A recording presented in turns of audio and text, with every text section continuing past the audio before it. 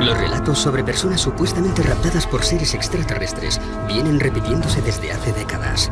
Uno de ellos es el de Carla Batista, una mujer portuguesa que afirma haber sido abducida desde muy pequeña. Veía luces, sentía zumbidos, a veces oía sonidos más agudos. Muchas veces por la noche veía una luz en su cuarto, el colchón refulgía como si fuera incandescente. Situaciones muy extrañas. Era una chica retraída y cada vez tenía menos amigos.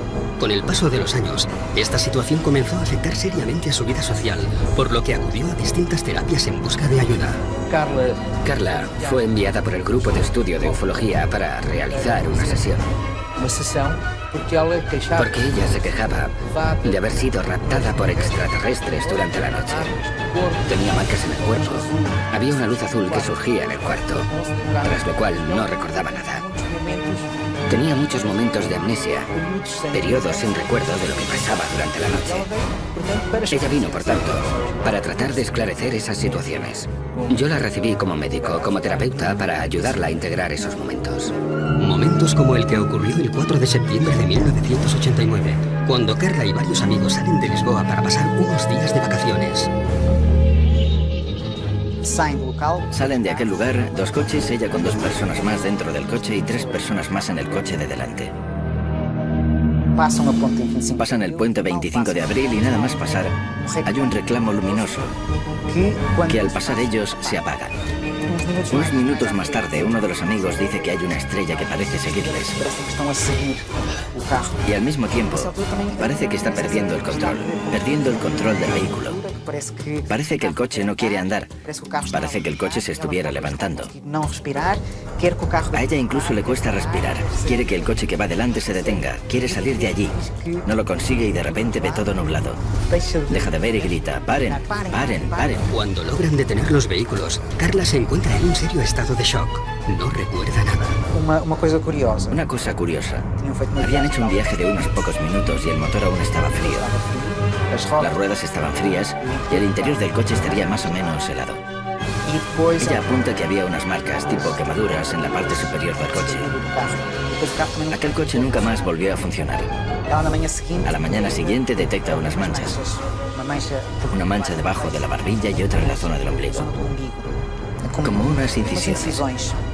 El concepto de abducción es un término jurídico, significa rapto, secuestro. Lo que pasa es que posiblemente la gran mayoría de las personas, del público, lo asocia directamente al fenómeno ufológico y a una de las vertientes creo más interesantes y a la vez más polémicas que hay, ¿no? Y es el secuestro de un terrestre por parte de una inteligencia extraterrestre, en la que luego tenemos diferentes variantes, ¿no? Porque ya no solo se queda en el secuestro, según dicen los testigos, sino que incluso en ocasiones se llegan a realizar algún tipo de pruebas dentro de esa supuesta nave extraterrestre, incluso en ocasiones se realizan hasta implantes, es decir, el abanico es muy amplio. Una abducción es un secuestro intencionado y no permitido. Va contra nuestros principios. Se nos hace cuando estamos inconscientes, sin nuestra autorización. Se practican técnicas invasivas. Es tremendamente traumático. Las personas luego no logran convivir con ello. A pesar de no recordar lo que ocurrió, comienzan a experimentar una traumatología traumática y necesitan ayuda para aclarar lo ocurrido. Las experiencias de abducción son traumáticas. De hecho, no hay ningún caso de abducción que voluntariamente haya dicho me apunto a ser abducido. En 2007, Carla regresa a las sesiones de psicoterapia para tratar de aclarar qué o quién estaba provocando aquellas pérdidas de memoria. Seguimos el esquema clásico. A través de un estado de relajación, de hipnosis clínica, se le transporta hasta aquellas noches en las que ella se quejaba de algo que pasaba, pero no recordaba. Después descubrió que era transportada durante la noche, a través de la ventana, por un rayo de luz, hasta una nave en la que era explorada desde un punto de vista médico. Le hacían exámenes y ella sentía como si aquello fuera una invasión. Y naturalmente que era una invasión de su cuerpo. En esa regresión, ella recuerda todos los procesos. Se ve a sí misma en un sitio muy iluminado, con seres a su alrededor, interesados en su cuello, interesados en la tripa. Se siente mal, quiere vomitar y ellos le dan un líquido muy amargo para que beba. ¿Qué es lo que quieren? Diles que no es justo lo que están haciendo sin tu autorización. Porque eres un ser sensible. Un ser inteligente con derecho a usar su propia voluntad. Así que había un diálogo con esos seres a través de la paciente. Algunos de esos seres decían que esto era simplemente un plan, una investigación que tenía que realizarse. Algunos seres dijeron, sí, conocemos esa ley y lo tendremos en cuenta. Lo que ocurrió es que a partir de entonces disminuyeron todas estas escenas en que Carla decía ser abducida. Todo parecía ir bien cuando Carla descubre que, de manera aparentemente inexplicable, está embarazada. Ella se asusta debido a estos síntomas. Habla con una amiga, se hace un test de embarazo en una farmacia que da positivo. Ella está muy asustada y no quiere contárselo a nadie. Unos meses más tarde tiene una gran hemorragia y todo pasó. Pero ella dice que durante una de sus abducciones habría visto una gran cámara donde estarían otros bebés probeta, metidos en tubos gigantes, y que uno de ellos sería su hijo. Admitamos que una raza o varias razas de seres alienígenas vienen hasta la Tierra y secuestran, generalmente mujeres jóvenes. ¿Para qué? Básicamente, unos podrían pensar que vienen a ver en qué estado se encuentra su experimento. Ellos crearon la vida en la Tierra y vienen a ver cómo ha ido desarrollándose ese nuevo ser que ellos crearon. Y esos test genéticos que se hacen a las personas serían para recoger muestras de óvulos y de semen, para la creación de una raza híbrida. Del mismo modo en que el Homo sapiens sapiens consiguió superar al Neandertal, aquí tendríamos una raza híbrida que en el futuro vendría a hacerse con el planeta y alzarse sobre el Homo sapiens sapiens. Sin lugar a dudas, el fenómeno abducción acompaña al ser humano desde que tiene conciencia de ser hombre. Y esto es sorprendente porque revela que estamos siendo tutelados por una especie de inteligencia, no sabemos si extraterrestre o extradimensional, pero en cualquier caso ajena a nuestra propia conciencia y que nos ayuda a modelar nuestras creencias desde la noche de los tiempos. De hecho, eso vendría a explicar el porqué de esa pieza que falta en lo que es la evolución del hombre, que es el eslabón perdido, ¿no? Es decir, hay un momento en el que hay un salto cuantitativo, cualitativo tan enorme que hay quien piensa que algo tuvo que ocurrir. Y dentro de ese algo tuvo que ocurrir caben muchas posibilidades. Una de ellas es que genéticamente fuéramos manipulados por unas inteligencias que están fuera de este planeta.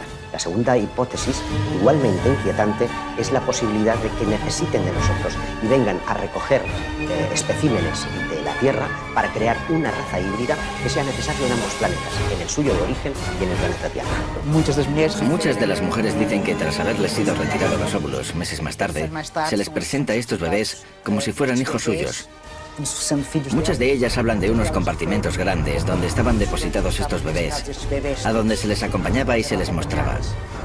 Este es el tuyo. Y los extraterrestres querían que les enseñaran cómo transmitirles amor, cómo crear este enlace emocional, ya que estos nuevos seres tendrían ausencia de emociones.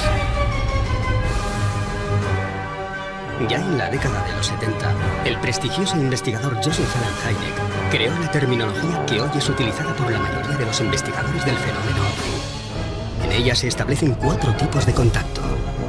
Los encuentros del primer tipo estarían aludiendo a luces lejanas en el firmamento. Los encuentros del segundo tipo es cuando ese objeto se presenta ya como algo coherente, como una nave.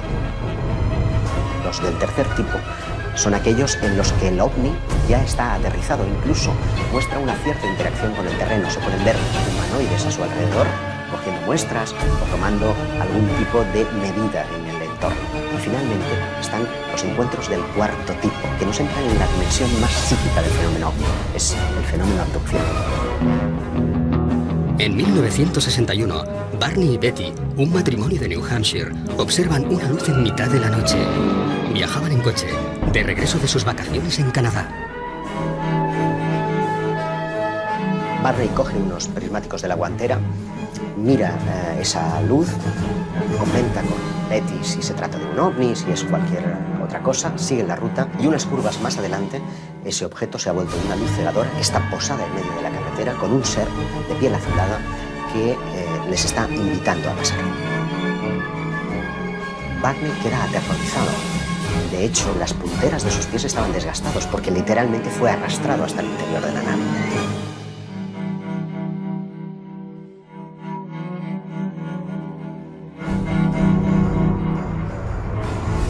Años más tarde, en 1966, la pareja acude a terapia. Desde aquel extraño suceso, ambos sufrían pesadillas muy similares.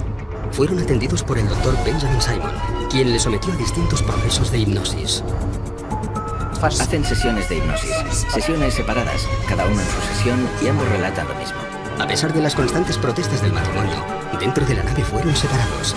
Betty relató cómo le colocaron una potente luz sobre la cara, tras tumbarla sobre lo que parecía ser una camilla de operaciones. Le cortaron un mechón de pelo, examinaron sus ojos, orejas, dientes y manos. Aquellos seres usaron algo parecido a un escarpelo para raspar y hacerse con muestras de su piel.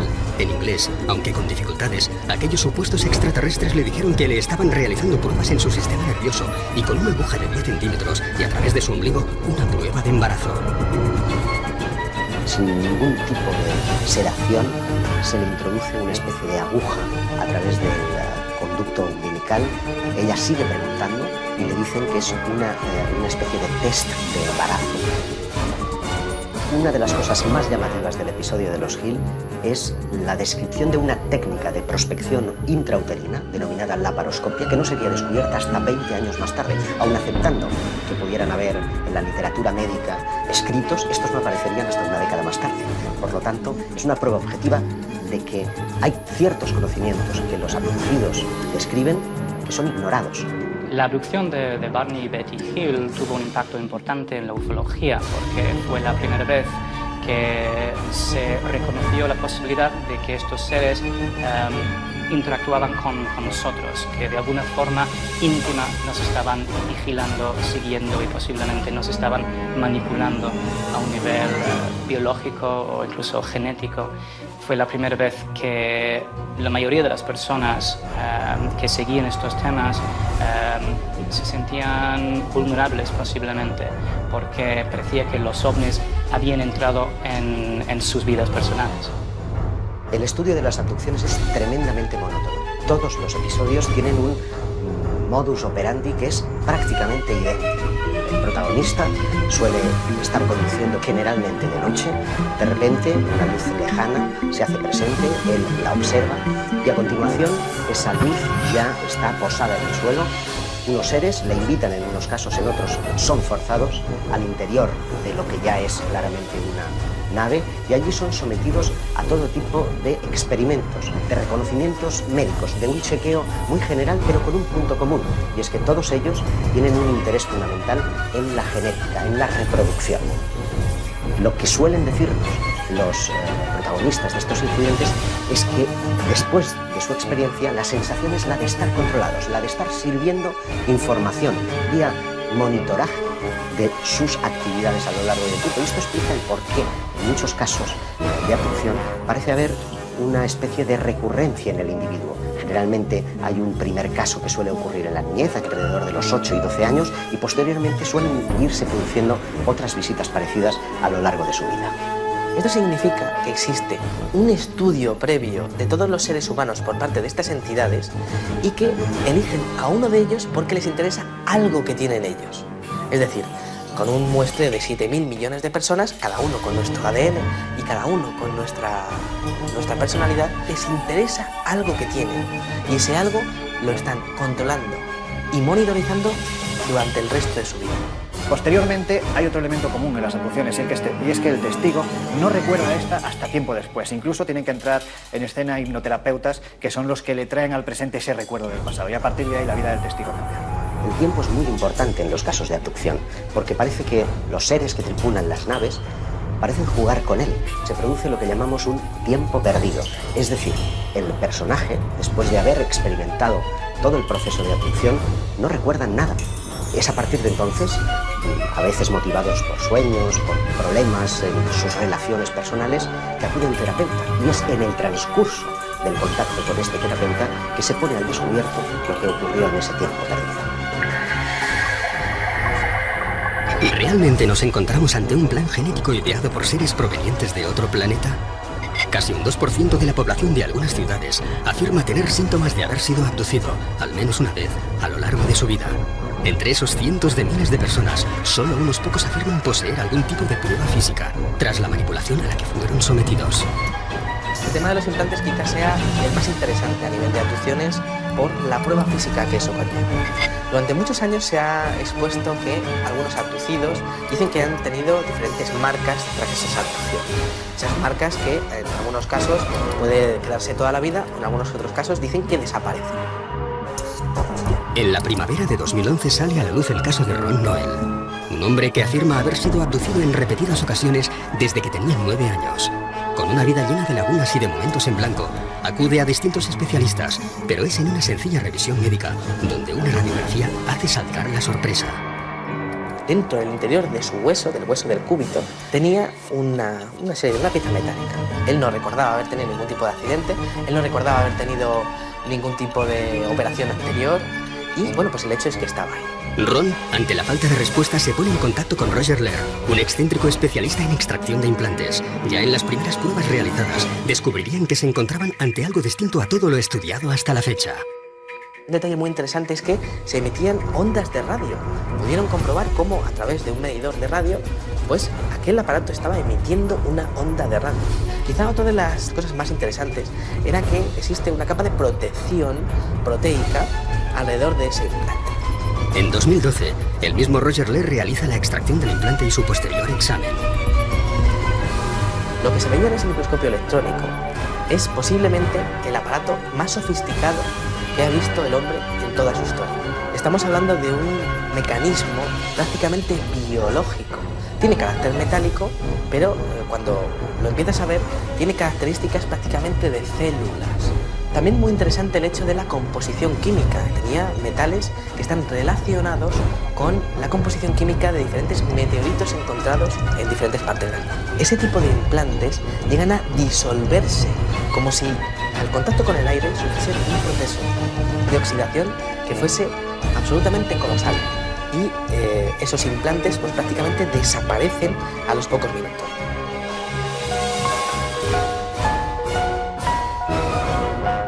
Cuando estamos hablando del fenómeno de las abducciones, estamos hablando prácticamente del fenómeno de la monitorización. ¿Qué significa eso? Pues al igual que nosotros cuando cogemos a una tortuga y le ponemos un chip de localización, este tipo de abducciones es posible que estén relacionados con el control total del individuo, tanto en su localización como en sus funciones vitales a través de estos implantes. También nosotros hacemos eso a los animales salvajes. Les ponemos unos chips, intentamos verificar su hábitat, si están bien, intentamos controlar todo eso. Nosotros hacemos eso a los animales. ¿Por qué no pensar que otros estén haciendo lo mismo con nosotros? Todos ellos son fértiles, todos ellos son jóvenes, todos ellos tienen un coeficiente intelectual por encima de la media. Por lo tanto, parecen estar escogiendo especímenes de la raza humana muy especiales. Y creo que el futuro para los investigadores es poder trazar un perfil psicológico de todas las personas abducidas en el mundo y que se demuestre que hayan sido abducidas, y quizá también un perfil genético de salud para ver si existe algún tipo de conexión entre ellos que sea la clave para saber qué es lo que están buscando estas entidades. Un aspecto bastante negativo dentro de las abducciones. Las mutilaciones. Comenzaron a aparecer casos en los años 70 y 80 de mutilaciones. Mutilaciones concretamente de ganado. Las vacas aparecían con cortes quirúrgicos, ausencia de sangre en el cuerpo y ausencia de sangre en el terreno alrededor del animal. Cortes quirúrgicos, extracción de órganos concretos. Eran retirados unos y dejados otros. Se les sacaba a los ojos, partes del maxilar, orejas, todo de forma quirúrgica. Los cortes que aparecían en la piel de estos animales daban la impresión de haber sido hechos con un material abrasivo tipo láser, no identificado, y que todo el proceso habría sido realizado en un breve espacio de tiempo. Pero además de los animales, y esto es un fenómeno que ocurre, también hay casos de mutilación en humanos.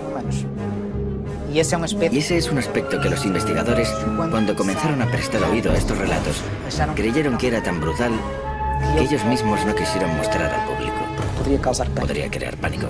Incluso algunas autoridades con las que hablaron los investigadores no quisieron mover mucho el tema. No podían explicarlo, pero tampoco podían alertar a la población. Por tanto, esto nos da la idea de que podría haber por ahí alguna especie con no tan buenas intenciones, digámoslo así.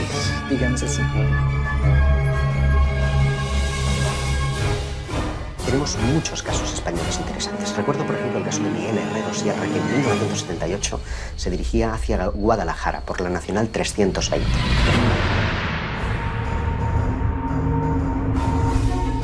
Su vehículo comienza a comportarse de forma extraña. Fallan los sistemas electrónicos y la radio. Se detiene y decide salir en busca de ayuda. A medio camino se encuentra un individuo que podría pasar por un ser humano normal y corriente, porque el único rasgo distintivo que le hacía especial es que iba con un mono ajustado, con un círculo rojo. Él pensó que era un mecánico. El caso es que este hombre le convence para que le siga, le lleva a un claro en el bosque, en donde encuentra una nave posada, dice que tiene forma de sombrero, que está a unos 10 metros por encima del terreno y que deja caer un rayo de luz hacia la superficie del terreno. Miguel se ve inmerso en un haz de luz que lo transporta hasta el interior de lo que parece ser una nave espacial. Dice que la estancia es extraordinariamente grande, que las paredes parecen como desdibujarse, como si se desmaterializaran en un momento determinado, pero en otras vuelven a materializarse, que hay como paneles con datos. El relato vuelve a coincidir con casi todos los casos de abducción, cuando Miguel es sometido a varios ensayos clínicos. Pero al incorporarse, se encuentra algo difícilmente explicable.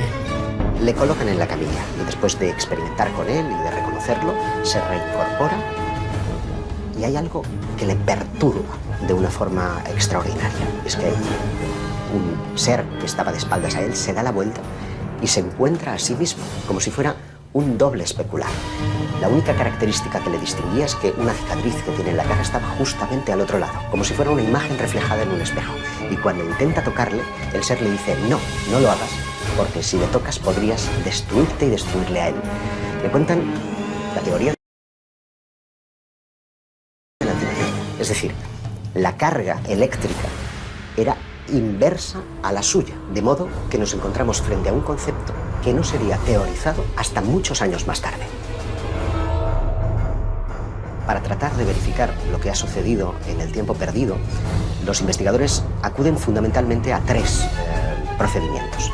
Uno es el polígrafo o la máquina de la verdad, que solamente se puede emplear en aquellos casos en los que el testigo recuerda previamente su experiencia, para tratar de verificar si lo que ha dicho es verdad o no. Muchos de los abducidos que han sido interrogados por este método, pues no se ha encontrado que estén mintiendo.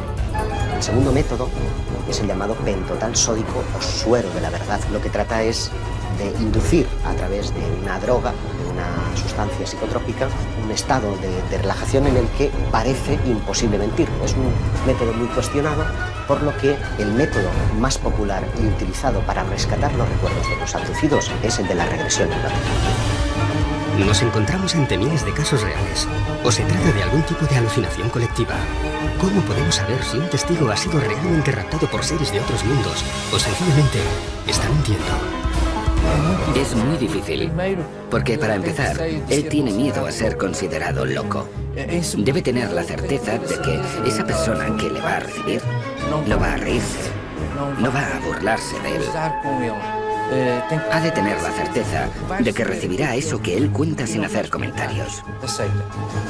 Es entonces cuando se entrega al proceso, sobre todo porque viene con momentos que no recuerda. Aparece con marcas en el cuerpo, siente que pasó algo, tiene flashes que no logra integrar en su vida. Viene muy confuso y recela hasta de aquello que va a descubrir. Si han tenido un contacto con otros seres, por ejemplo, luego es difícil conversar al respecto con otras personas. Es difícil contárselo a los amigos e incluso encontrar profesionales que estén abiertos a escuchar este tipo de problemas. En ocasiones la intención es fundamental, ¿no? Porque esa persona está buscando ese último clavo al que aferrarse, va buscando una respuesta a lo que le ha ocurrido y esa respuesta la busca en ti, en el investigador, en el periodista, en la persona que se acerca para escuchar, que no se ríe de esa experiencia. Parte de la idea de que la intuición juega un papel fundamental no para saber, evidentemente, si una persona ha sido abducida o no, pero sí para saber si está mintiendo. Son personas absolutamente normales y que muchas veces quedan sorprendidas. No son personas que se interesen previamente por el tema, que estén siempre mirando al cielo. No, surge. Surge en el día a día, en las personas más normales, en las situaciones más vulgares. Y al hacer regresión y pedirle que vuelva a la primera vez que eso ocurrió, se ve teniendo una experiencia de abducción. De repente está siendo raptado y pasa por cosas que no entiende. Pero tiene un pequeño problema, y es que en hipnosis también se puede mentir.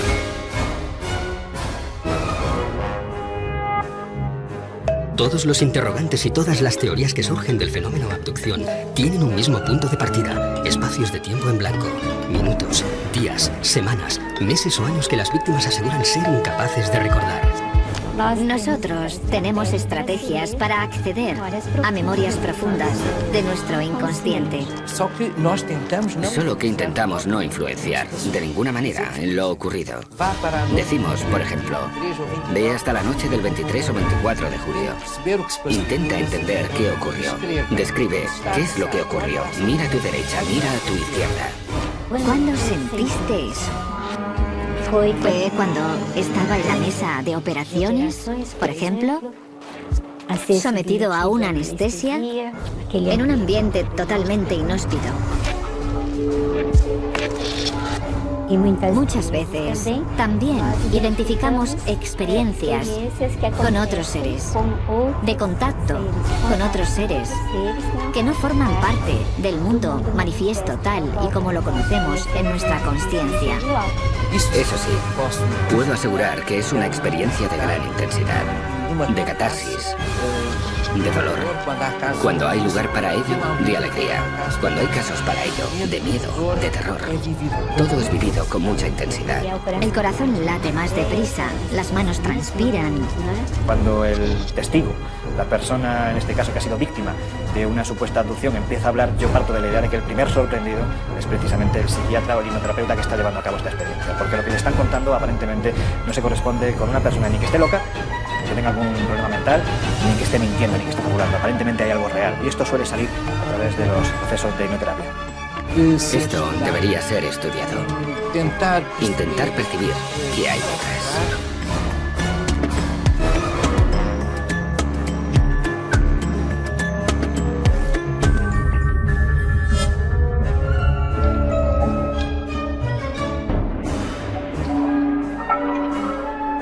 Por extraño que pueda parecer, podríamos encontrarnos ante un fenómeno que ha acompañado a la raza humana desde sus inicios, y no solo ante un mero producto del siglo XX.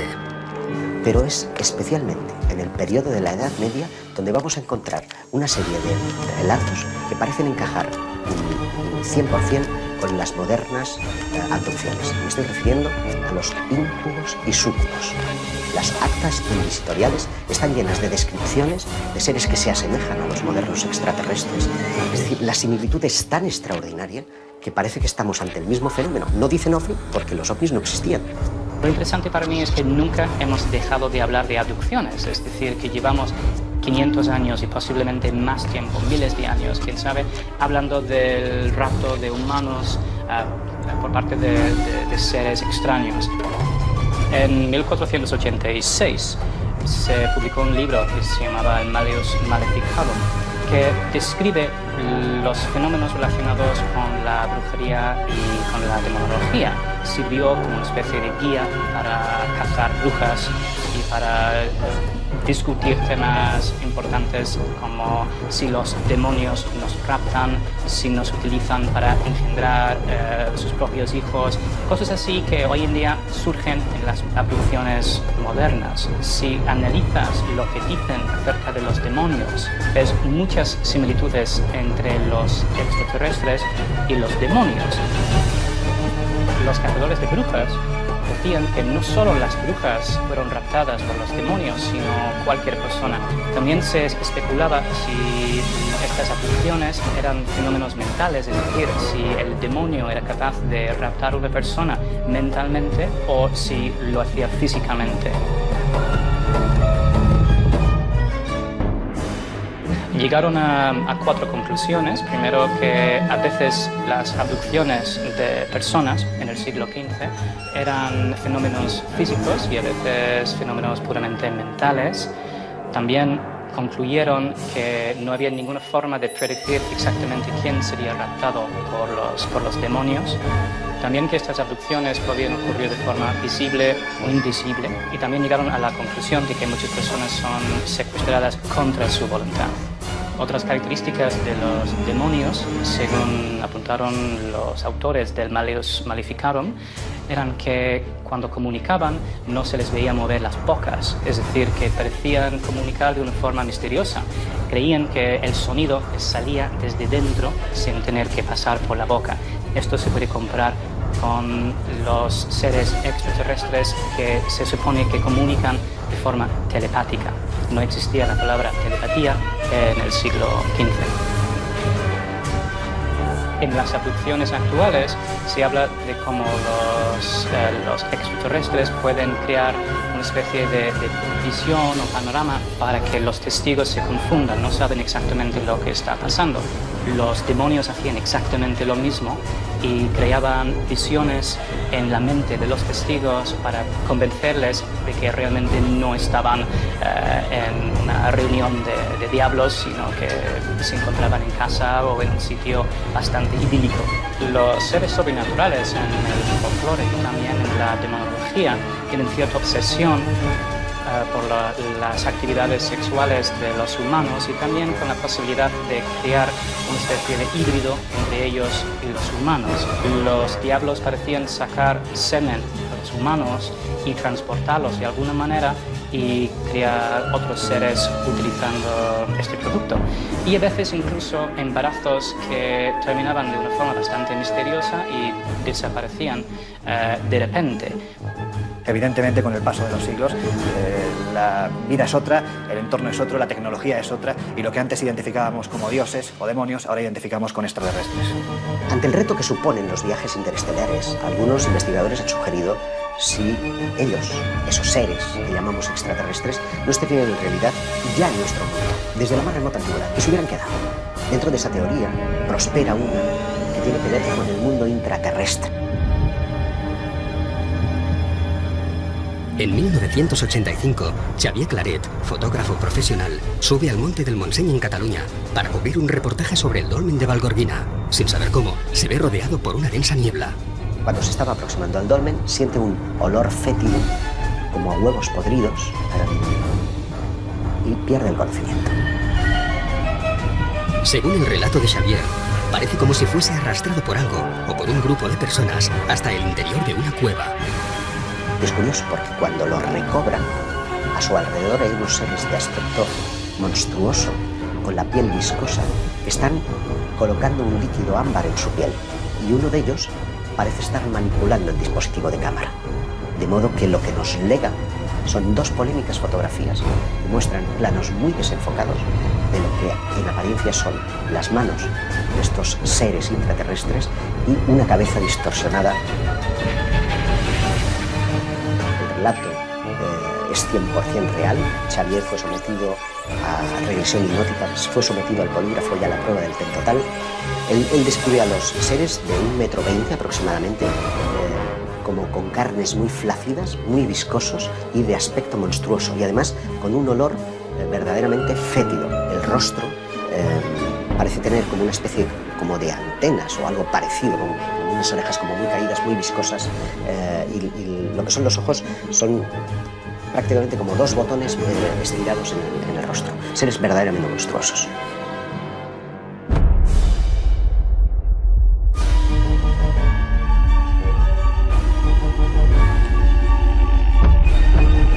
La mente humana no es una cinta de vídeo que podamos rebobinar para ver qué sucedió exactamente en cada momento de nuestra vida. Si lo hiciéramos, nos encontraríamos con demasiados fragmentos distorsionados, alterados o simplemente borrados.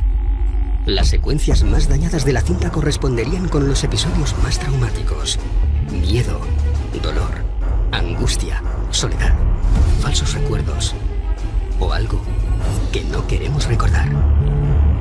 ¿Qué ganan los abducidos contándonos esas experiencias que a menudo despiertan la sonrisa de sus vecinos y semejantes? No ganan nada, tienen mucho más que perder. Yo siempre les he definido como una suerte de infiltrados, como una quinta columna, como seres que, siendo escogidos por esa eventual raza de extraterrestres, tienen una misión a cumplir. El qué y el cuándo lo ignoramos.